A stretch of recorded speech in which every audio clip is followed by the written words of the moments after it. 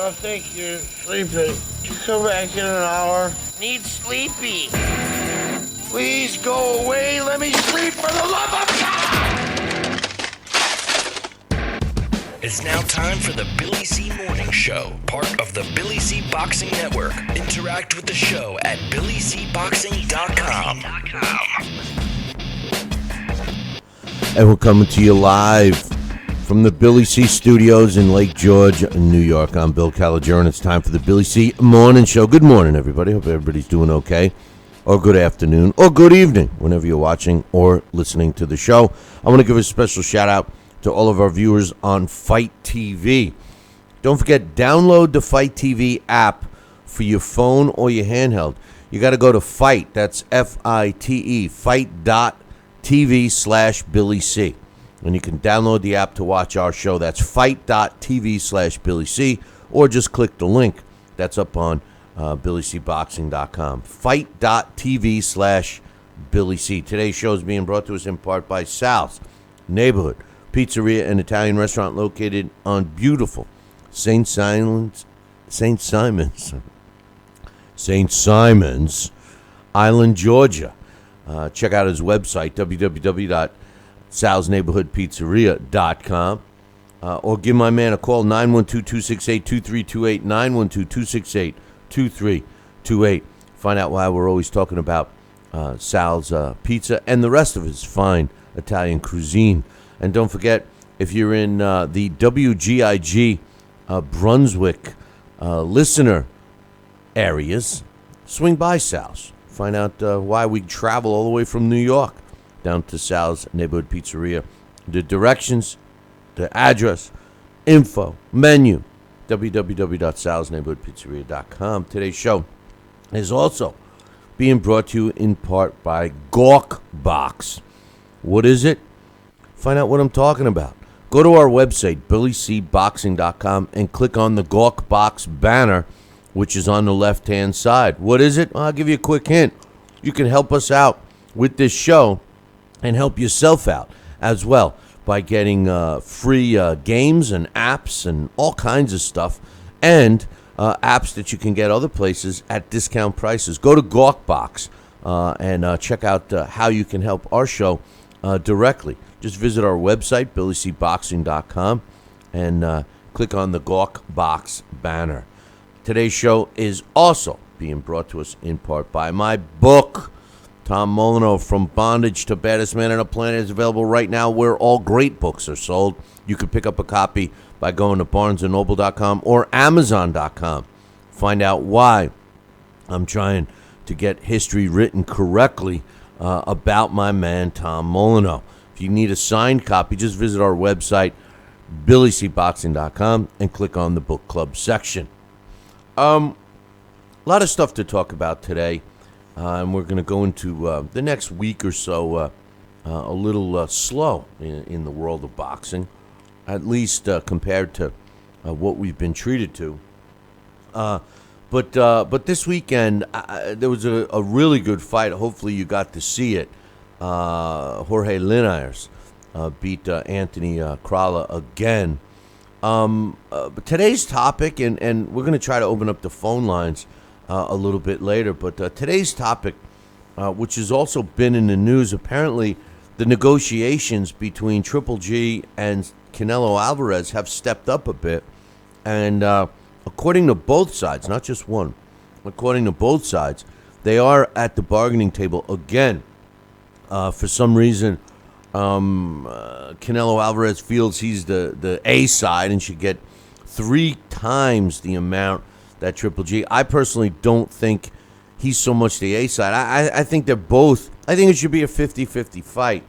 I'm going to give you my thoughts on that in a minute. But the one thing I do want to mention is the Linares fight was quite the fight. I mean, if you didn't see it, try to watch it because this is why, listen, when you want to win a fight and you're a fighter, especially going into somebody else's backyard, you have to perform the way Jorge Linare did on Saturday over in England. Now, the broadcast that took place here in the States, that was a little less than desirable. But totally opposite of less than desirable, a guy that is pretty desirable. My man. He's a New Jersey Boxing Hall of Famer. He's a Guinness Book of World Record holder, and he can flip a pizza from here to the moon and back. Ladies and gentlemen, boys and girls, childrens of all ages, welcome Sal Rocky Senicola. Good morning, Sal. Good morning, Bill. Boy, you're too kind to me. Thank you so much, buddy. Don't forget to speak into the microphone, Sal.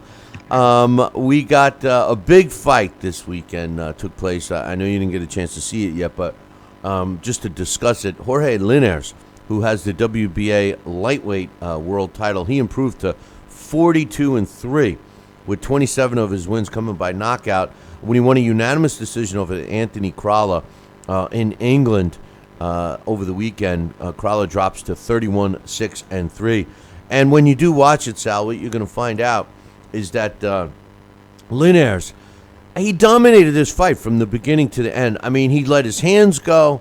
He found a weakness for Crolla. He exploited it. It was the uppercut, and he dropped Crolla in this fight. You know, people are giving Crolla kudos for not letting his corner stop it, even though he had no chance of winning the fight. He wanted to end the fight on his feet. But I know you didn't see it, but just in thought, how do you feel about two parts of this? Number one, Linares just putting his foot on the gas pedal and keeping it all the way down for 12 rounds, and Crolla refusing to let the fight be stopped, you know, being macho, if you will. When do you, as a corner, draw the line and, step in for your fighter to save him? Well, you know, there's so many variables that take place in a fight like that, and you go in there, you got to fight to win. I mean, that was Aaron Pryor's big saying, and you have to fight. You got to take the fight, and you got to want to win. You got to fight to win, and for Linares to come in there and be the boss or fight like he's a champ and do the best he can and dominate the way he did. That's how you have to do it. Both combatants do. And for Crolla not to concede a loss and go down swinging and fighting, well, that's the fighter's spirit. That's him. Now, does the corner have to be responsible enough to look out for his safety? Well, as far as cuts, as far as, things like that, yeah, you do, and you patch them up when you come in. But, unless you're getting head trauma and blown side to side and down and knocked, and it's just relentless, I could see a fighter continue if he really has in his heart of hearts, he thinks he can win, or he doesn't want to go down or let the corner stop it. He wants to go out like a man. So it's really a debatable issue, subject to one's opinion. I would never let a corner stop my fight. And, I'd have 200 stitches or 150 stitches after 4 cuts and separate a retina, 2 punctured eardrums. I'd still fight, and I did. They want to stop a fight 4 times. It's just a belief that you can fight, you can win, and you got to go on. And that's it. And I respect both men for showing that display of a heart of a champion. And that's where it all starts, the heart and the desire to do what you are doing. And you're a fighter. You're a warrior. That's what you do. It was a great fight, and I look forward to you watching it. And if watch anyone it right else now. out there didn't see it, make sure you do. Now, one thing that ruined the fight for me was the broadcast. Not so much the broadcast that we got to watch, Right. the feed from England, but the way Showtime did it. It was broadcast on Showtime, and I understand, but I mean, listen, there was a huge positive. Mario Ronaldo was not part of the broadcast, so that was good. But what they did was they kept interrupting the fight in between rounds and stuff, and they would go to the studio where Paulie Malignaggi and Mikey Garcia and Al Bernstein were sitting with the guy that I can't recall his name right now, the main guy there, and they were commenting on the fight and everything else, and it was so cheesy. You know, if you're gonna pick up a feed, this is my thought, Sal.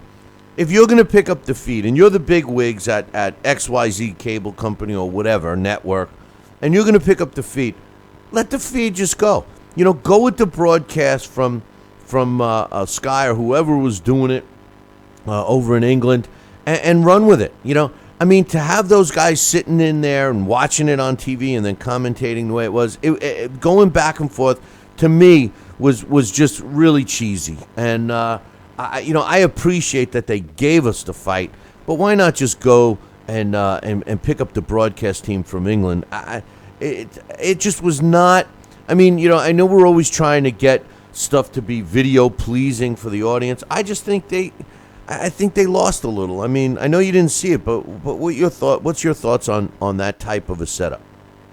Well, you know, it is what it is, and I understand, but you know, Bill,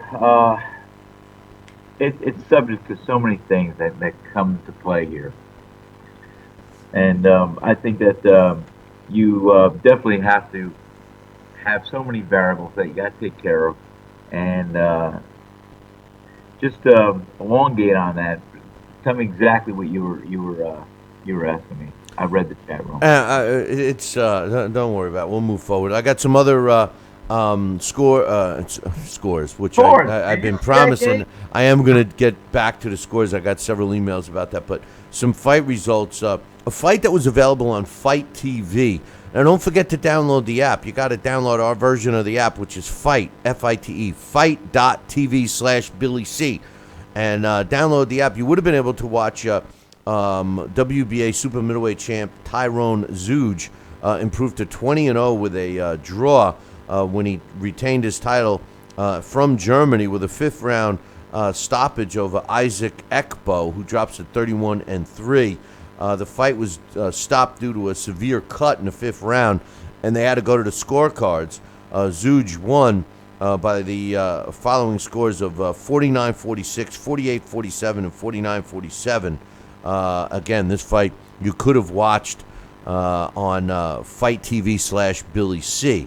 So make sure you download your app today. Also, the Olympian Nico Hernandez makes his pro debut, a successful one in Kansas.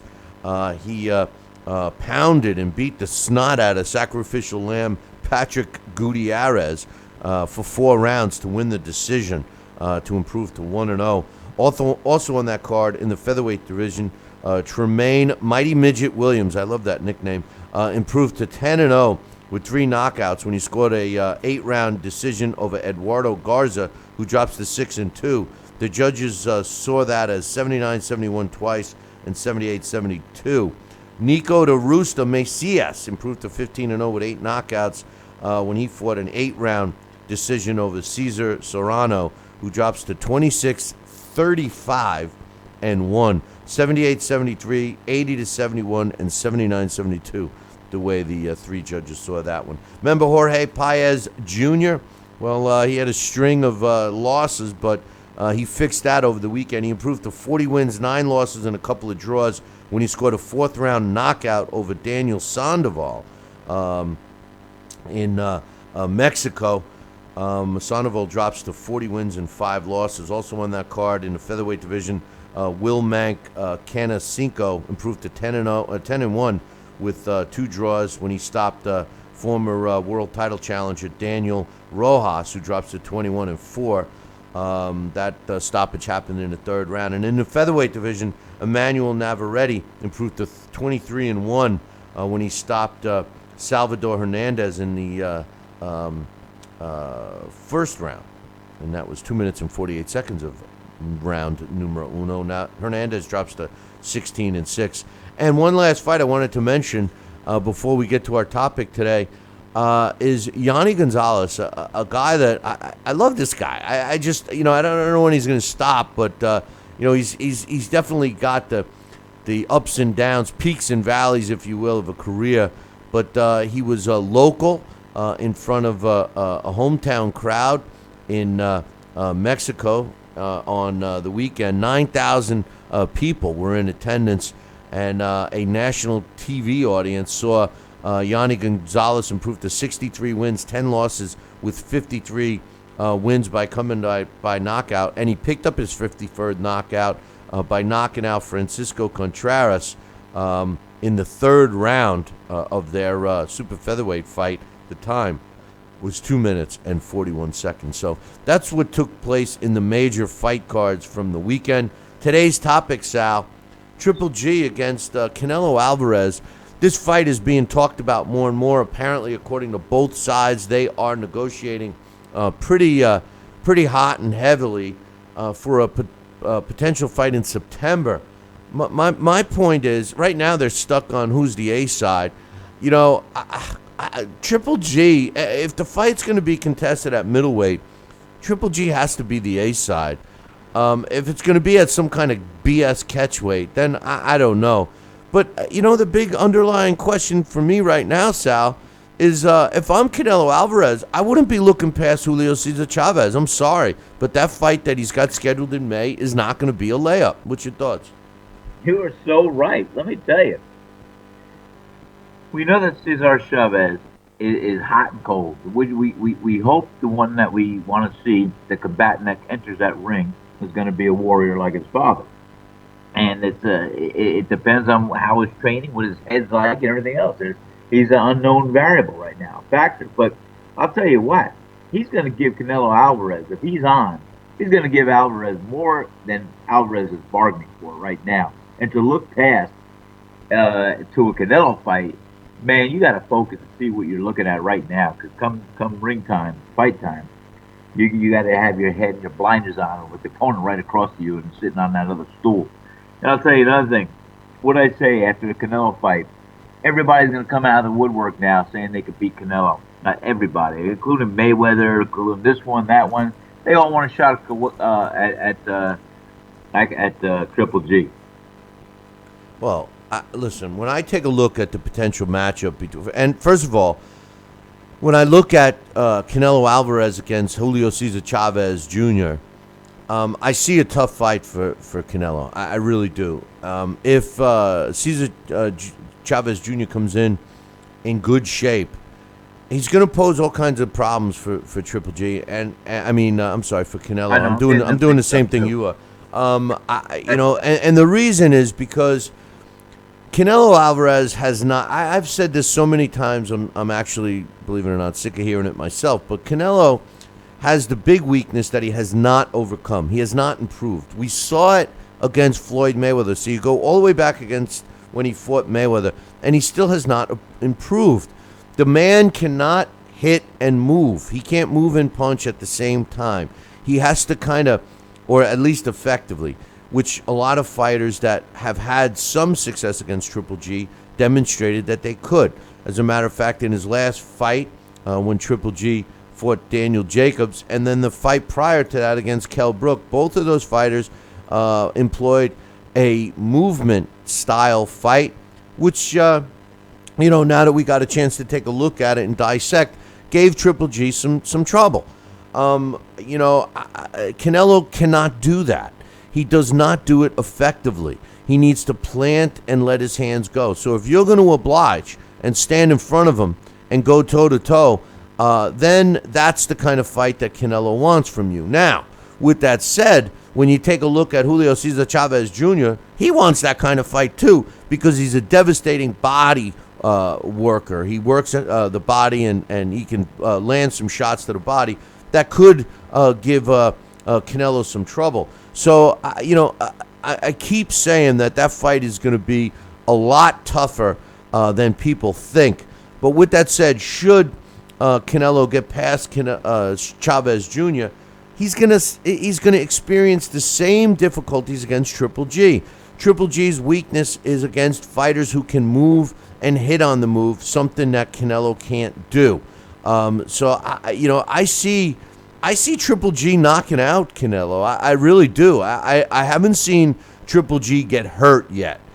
He was in there with a power puncher in Danny Jacobs in his last fight, and Kell Brook had some pop too.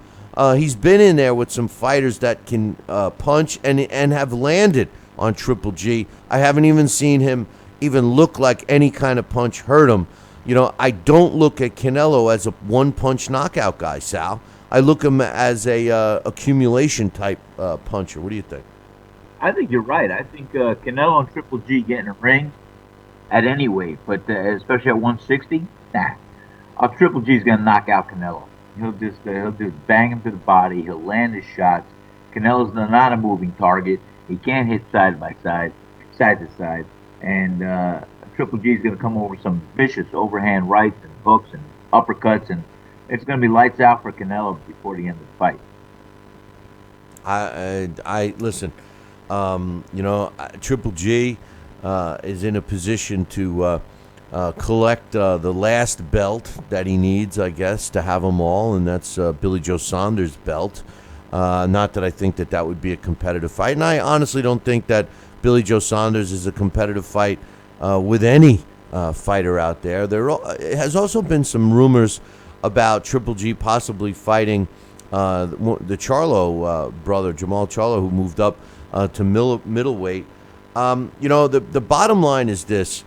Canelo Alvarez has chosen to fight Julio Cesar Chavez in May. I think that Triple G wants to fight again around that same time, maybe June, July, that type of time frame, end of May or June, July. I mean, he wants to stay busy. He wants to stay active. I don't know if we're going to see Triple G sit around and wait, especially after a performance where people are giving him some, they're giving him a hassle about his performance against Daniel Jacobs. There's a lot of people that feel Jacobs even won the fight. I can't see Triple G sitting around. I think he's going to jump right back in the ring, and, he'll be criticized for anybody he fights.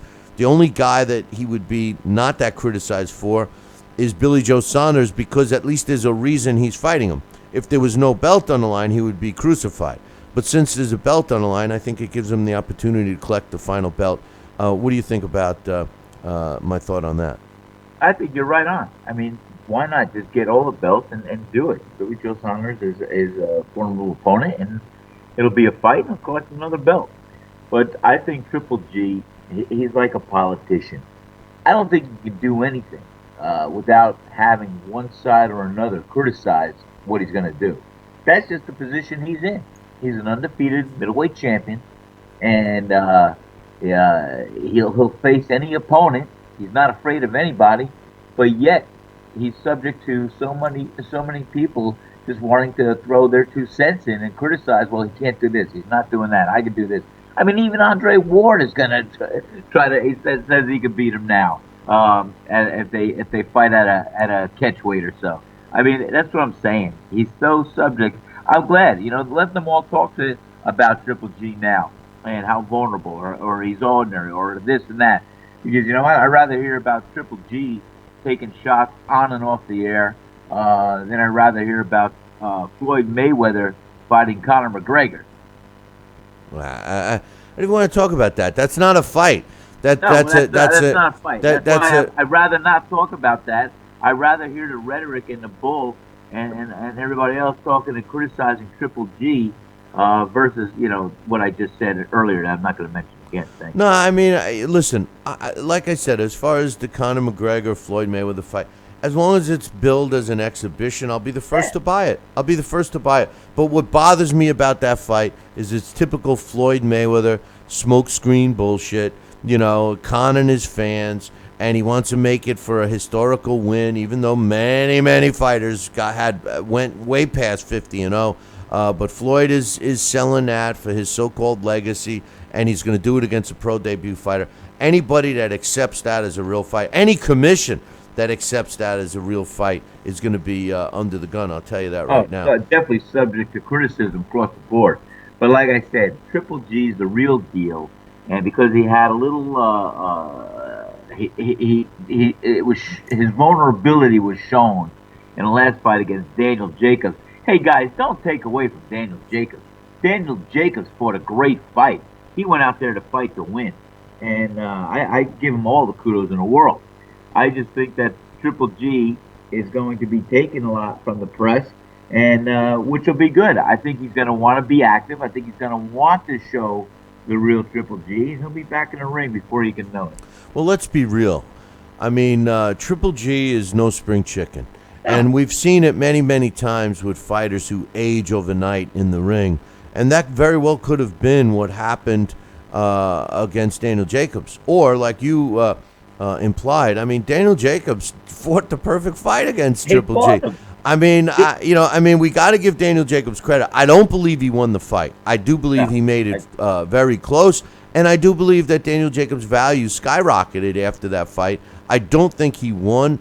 But I think that I give more credit to Danny Jacobs for him and his performance and how he's coming along as a fighter than Triple G, losing a step or two, which, we'll see in his next fight. But as far as the Canelo Triple G potential fight, I think that Triple G, he waited around for Canelo. Canelo was playing games. I personally think Canelo needs Triple G more than Triple G needs Canelo, to be honest with you, Sal. Of course. I mean, you're so right, and that's just it. That's why Triple G is being used as fodder, and now he's vulnerable, and everybody's going to want to try and market themselves and get a leverage out there so they can face Triple G. And I think they'll be in for a rude awakening when they get in the ring, such as Canelo Alvarez. I think Canelo Alvarez will get knocked out. Well, you know what? I remember when Canelo... Now, Floyd Mayweather couldn't knock out anyone unless it's a female, or an old guy like me. But I tell you what, when Floyd fought Canelo, there was a time in that fight where I thought that Floyd was going to knock Canelo out. He caught Canelo with some, powerful shots from, as far as Floyd is concerned, but they landed right on the button. And Canelo got shaken up a bit. And I think that the speed of Floyd hurt Canelo. And I think that if Triple G lands flush, it's going to be lights out. Now, with that said, again, I go back to the Danny Jacobs fight, Sal. And I'm not so sure Triple G landed any flush punches on Daniel Jacobs that night. I think Daniel Jacobs had just enough movement to roll with punches, anticipate it when it came, and I maybe one or two landed, very flush. Obviously, the one that dropped him, but aside from that, it looked like he, was on it. I don't know. What did you think? I thought Jacobs, like I said, Jacobs did his homework. Jacobs saw the vulnerabilities in Triple G with the Kell Brook fight. And that's what he said. He said, you know what? I could move, I could box, I could blow up myself a little bigger than Triple G, and I can move side to side, throw combinations, and pick them. I think he went to do his homework, he did his due diligence, and he trained exactly. You fight like you train like you fight. And I think Daniel Jacobs went to school and did exactly what he had to do to fight the definitive style to expose Triple G in the way he did. And it was a close fight. I did give Triple G a unanimous decision. But I'll tell you what, Daniel Jacobs gave Triple G more than he bargained for. And I think if they have a rematch, I think Triple G may catch him. But we saw that Triple G's body attack was nullified. I think Triple G landed one uppercut towards the end of the fight, but like I said, we saw there was no real combinations put together in that fight by Triple G or Daniel Jacobs. They were picking from the outside, throwing one shot at a time. That was it. Right. Joining us right now is my man Dax Khan. And Dax, before you give us your thoughts on the talk about Triple G, Canelo, possibly in September, which I still believe Canelo's in a tough fight against Chavez Jr. I know a lot of people don't agree with me, but I just think it's going to be a big fight. But this weekend, Jorge Linare beats Anthony Crolla again in what I thought, and I opened up the show today saying that, everyone should watch Linares' performance because he did what you need to do, especially when you go in somebody's backyard. I mean, he had his foot on the gas pedal, Dax, from the beginning of the fight all the way to the end and put on, in my opinion, one of his best performances. What's your thoughts on that fight, and then, of course, our topic today? You know, whenever I see Jorge Linares in the ring, Emanuel Stewart's voice gets in my head, because I remember watching the night that Linares had faced Antonio DeMarco, before Antonio DeMarco was really in these wars. And Jorge Linares, he was putting on such a clinic, and he looked fabulous. And I'm sitting there listening, and I'm shaking my head, and I'm laughing. I'm with a group of guys, and Stewart is talking about how this is the greatest fighter, pound for pound, in the world, and he's never seen in his whole life, in all his years of boxing, has he ever seen a guy with such skills. And Linares was doing exactly what he was doing in the Crolla fight, but then, of course, he ended up getting knocked out, because Linares has this bad habit of, later on, it's not that he fades in terms of stamina, he just seems to kind of get distracted when he's doing so well and he's dominating opponents. And there was a few times later on in the fight against Crolla where there was really no reason why Crolla should have ever got even won some rounds, where Linares did the same thing. I believe, in the 9th and the 10th, Linares kind of started to fade, to get distracted a little bit. He's looking over to the corner. He's talking to people out in the ring.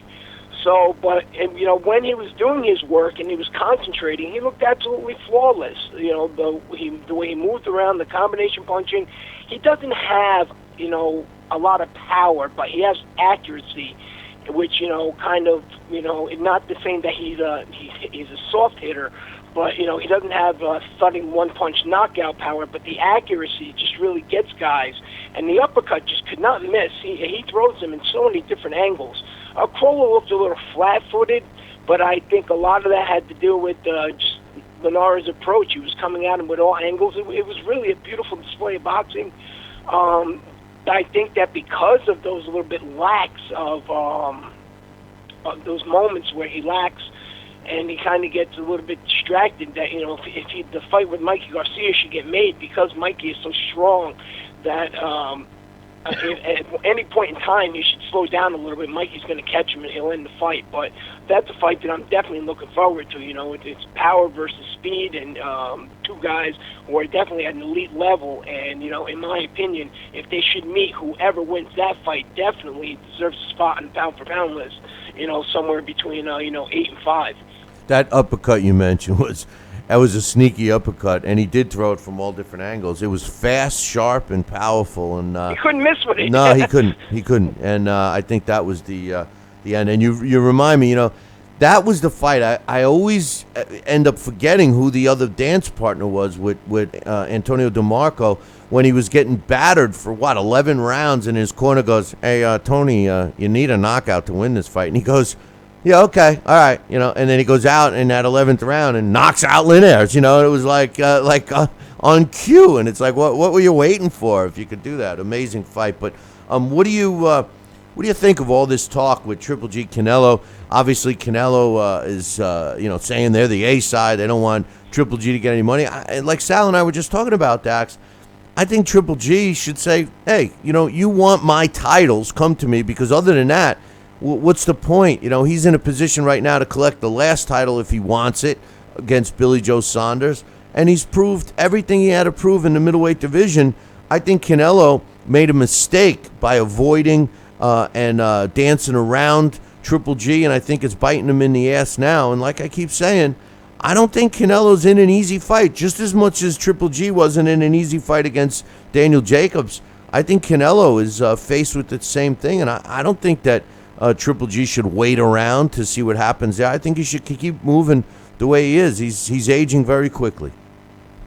The sign of a great fighter, Bill, always has been and always will be, is the guy that no matter how well they do, people want to discredit the person you're going against. And when you don't live up or exceed your last fight, people are always just looking for reasons to say how you're in just such this quick decline, and you're ripe, you're ready for the picking. You're that peach that's been sitting on the branch for too long, so to speak. And that's exactly what's going on with Triple G. Triple G, I believe that Canelo certainly should come to him. You make a good point. Canelo kind of needs Triple G more than Triple G needs Canelo, because Golovkin is going to retire before Canelo does. Canelo's only 26 years old.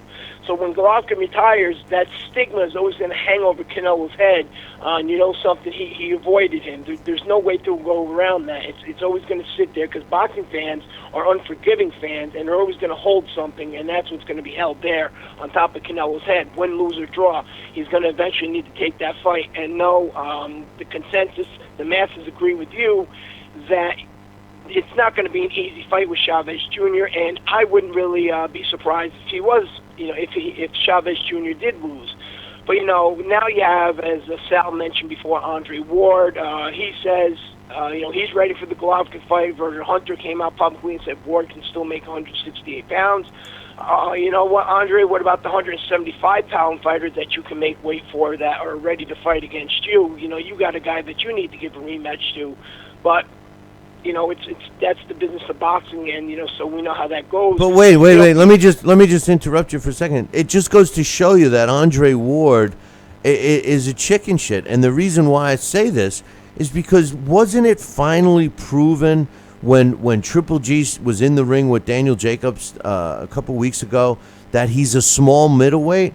Even 168, it looks like Triple G would have trouble in that bigger weight class. I'm sorry, I just don't see it as an even fight. And you're right, Andre Ward he's got unfinished business. A lot of people, including myself, felt he lost to Kovalev. So, he's just pulling shenanigans, which makes me sick. Andre Ward, I've lost all respect for him. However, I'm not going to call him a chicken shit, but what I'm going to say is that, just like a lot of guys, he overvalues himself. And when you're looking at what your pay-per-view buys do, that should tell you, what, I'm really not the star I think I am. And this is, fighting the guys that I should be fighting is what's going to make me that star, instead of sitting there calling out the one guy that I think is going to make me the money. That, again, that's boxing today. As far as the size of Triple G, Gabe Montoya, who always has this habit of just saying it how it is, whether you agree with him or disagree with him, Gabe Montoya says things flat, and he made a comment yesterday, I believe, on social media that stated, it's funny how nobody realized how small Triple G was up until the Jacobs fight. Nobody mentions the size difference, and now all of a sudden it's a big deal.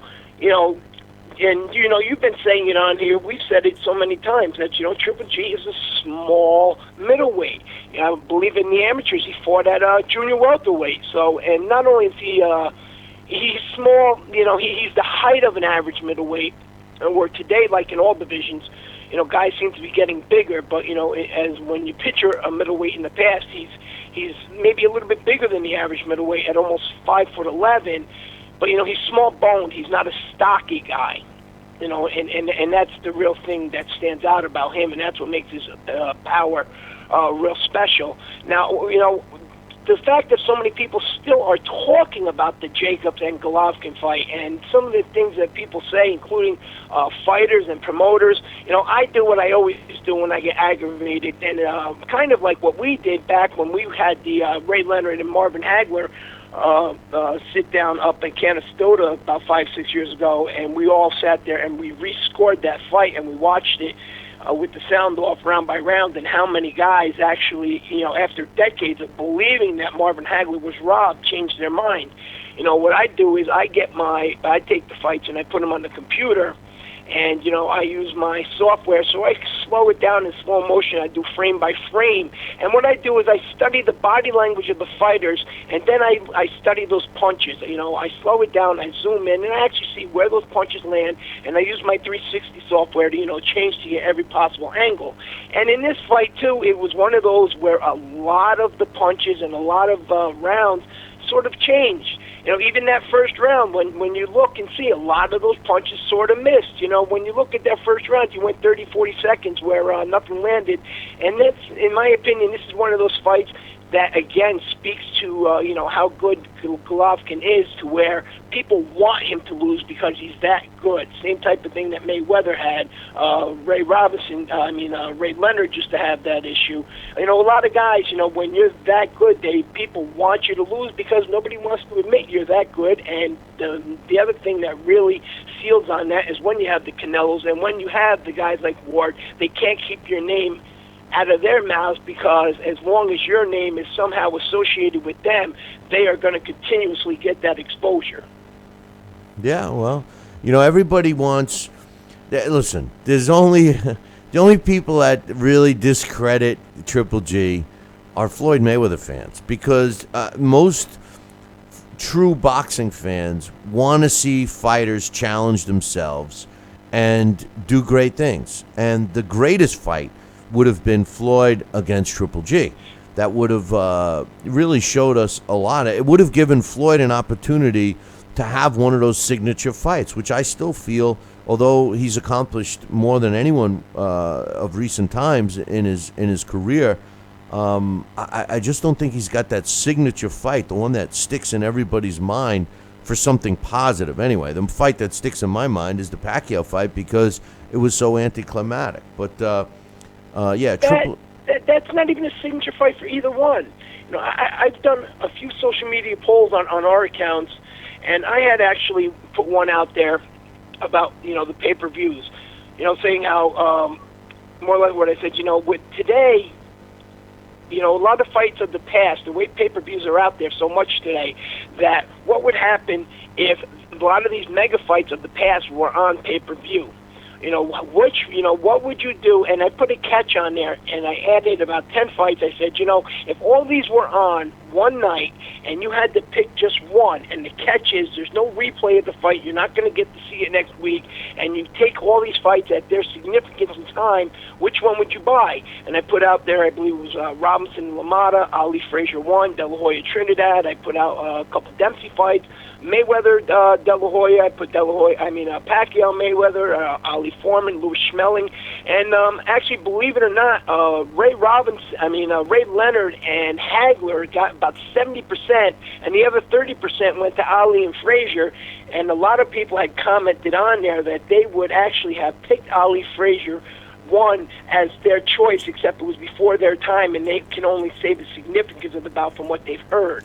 But in their era, these guys are, from the 80s on. Everybody went with the Ray Leonard and the Marvin Hagler fight because, fights then, they were just so much bigger and there was so much they were fighting for. And as I always say, it was about more than just the money. They wanted that glory. And today it's about the money. And when it's only about the money, you kind of lose that hunger because, win or lose, you're going to have that money in the bank. And you're always going to have a promoter make excuse for you. You're going to have a PR agent to make excuses for you. And somehow it's going to get buried in down the line. Oh, great point. Any final thoughts, Dax? One, did you want to give Andre Cormanchi a happy birthday today? My man from up in Canada, great guy. And, also, got to give a mention, to amateur boxer Ed Bilby, passed away Friday, age 17, his bout against Tyler Rivers over at the Post Mill Center in South Normanton. Oh, I didn't hear about that. And, they had an amateur bout. He was only 17 years old. It was not a grueling bout. Everything was, they had all the standard equipment. They had, the right size gloves for the amateurs. Everybody had their mouthpiece, the headgear. It was a mediocre pace fight. Nobody was hurt. There were no knockdowns. And then after the bout was over, Ed went over to the corner of Tyler. He shook the corner's hand. Everybody showed their mutual respect, and they came to the middle of the ring as they usually do. The ref holds each guy's hand as they're getting ready to announce the winner. And then as the ref had raised a hand for Rivers, all of a sudden Ed collapses face forward, and a lot of the people in the crowd thought it was kind of he was joking a little bit because maybe he didn't get the win. And all of a sudden they realized this kid isn't kidding, and the paramedics and the ring doctor rushed in. They did CPR and they tried to rush him to the hospital. He was pronounced dead on arrival. So that's wow. A shame. 17-year-old young man like that passed away. So definitely that our condolences are out there with the family. What was the cause? Was it? I mean, did he? You said it wasn't anything special. No heavy blows to the head. I mean, did they determine it was a result of the bout? I don't believe it was. I haven't seen anything really. They haven't sent out anything official that I've seen. What it's from. It may have been from that, or maybe he had a heart problem, which we see a lot of times with kids in sports nowadays. They have this heart problem that goes undetected, even more than any of these neurological problems with a lot of these kids. Well, you're right. Our thoughts and prayers and condolences go out to the family and friends of that young man who passed away. It's a shame. But thanks for bringing that to light, Dax, because that definitely flew under my radar. Yeah, I just happened to see it yesterday. It just passed by my Twitter account screen, so I was looking at that, and I was kind of amazed. I was shocked. I believe last year, 1 or 2 amateur fighters passed away as well, I believe. Yeah, it's one of the unfortunate things in sports. I mean, not just boxing, it happens in all sports. But that goes to prove, to a lot of these people that you speak with, but they have headgear on, and whether or not this was a direct result from boxing, the headgear, if that protects against certain things, it doesn't protect against concussions. It doesn't protect against, that brain hitting, the brain when it moves and it hits the side of the head. And it isn't going to stop any sort of bleeds or aneurysms or stuff like that. So a lot of the misconceptions about that headgear, and even the glove size, is people don't understand. No matter whether it's amateurs or pros, it's just as dangerous. This is true. Dax, thanks for your info, and we'll look forward to you later in the week, my man. All right, everybody, enjoy the day.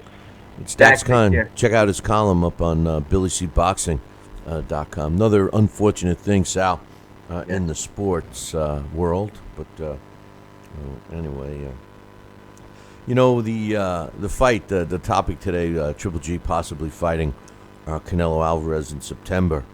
There's a lot around this fight, and Dax brings up, like you did, about Andre Ward wanting to fight him now, and everybody wanting to fight him. Andre Ward owes boxing one fight right now, and that's a rematch with Kovalev. For him failing to give Kovalev a rematch, even though it was in the contract, speaks volumes to me. And why should anyone even entertain a fight between Triple G and Andre Ward? Andre Ward acts like, listen, everybody knows that I'm not a Floyd Mayweather fan, but Floyd Mayweather at least draws, he creates, excitement because people want to watch him, whether they want to see him lose or whatever.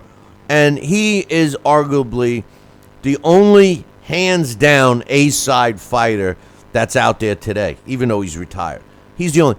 But Andre Ward acts like he's in the same, class, so to speak, as Floyd Mayweather. And he's not, Sal, because, and I'm not suggesting he doesn't have skill, because he certainly does. But he doesn't have the drawing power. Everybody knows who Floyd Mayweather is, whether they watched him ever fight or not. They know who he is. Even boxing fans have never heard of Andre Ward. This guy makes me sick. And the truth of the matter is that I was a huge fan. 6 years ago when he was the king of the super middleweight division and won the Super 6 tournament, I, for one, was always on a platform saying that he should be the pound-for-pound number one fighter. But that's when he fought all comers. He's way past that. Virgil Hunter is the most overrated, aside from Andre Rozier, trainer in the sport today. I hope that no one even entertains putting Triple G in with Andre Ward. Andre Ward needs to fight Kovalev.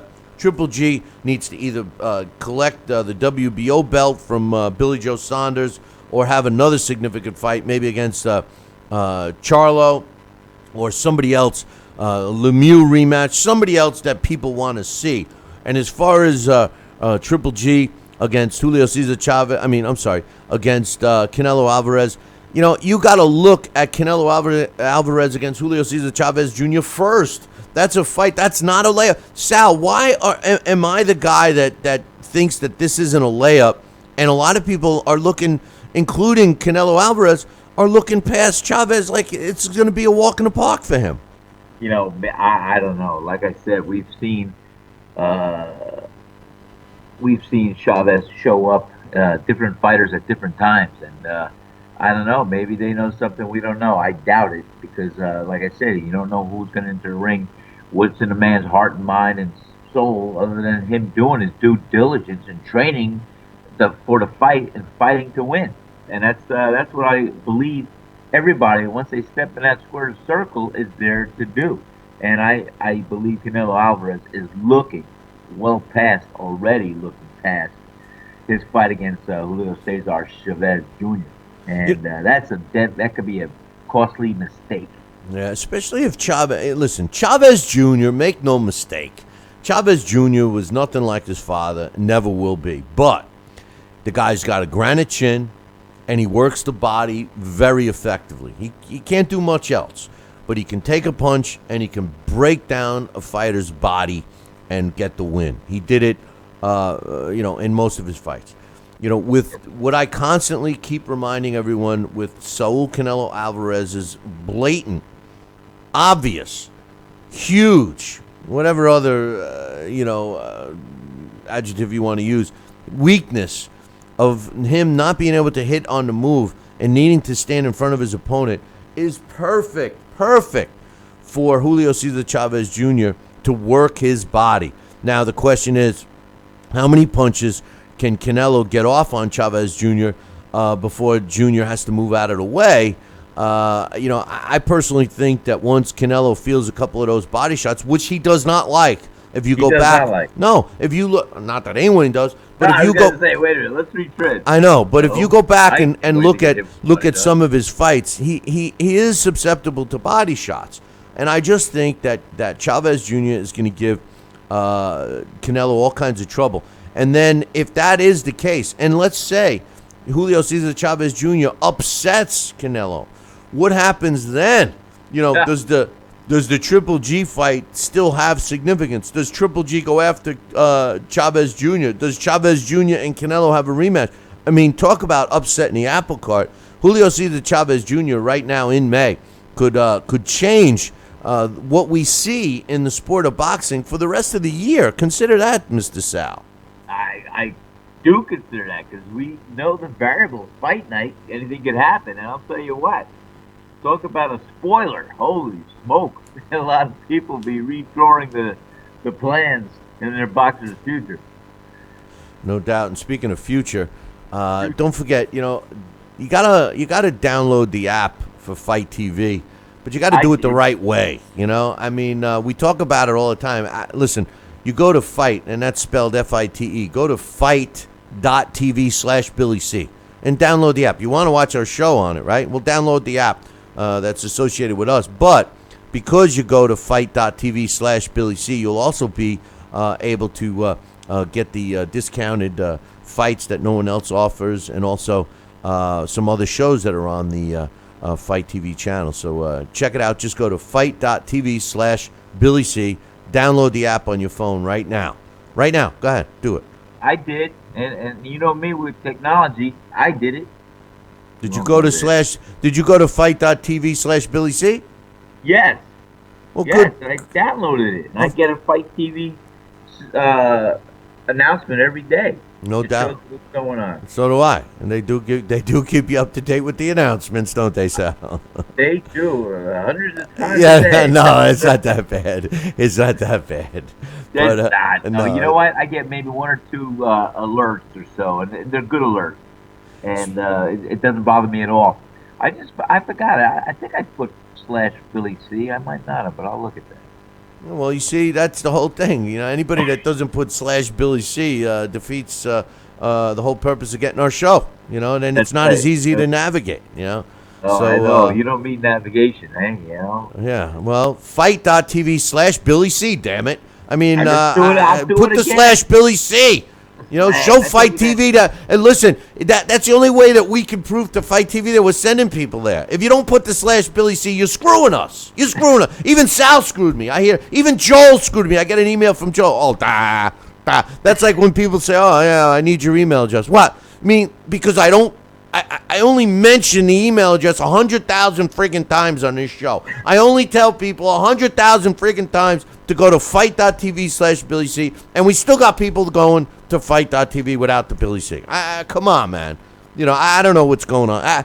These kids of today, and you're no kid. I know you're 100, but still, I just don't get it. Hey, on this day, March 27th in boxing history, Sal, in 1998, Richie Woodall wins a 12-round decision over Thulane Malinga to win the WBC World Super Middleweight title. It took place in England.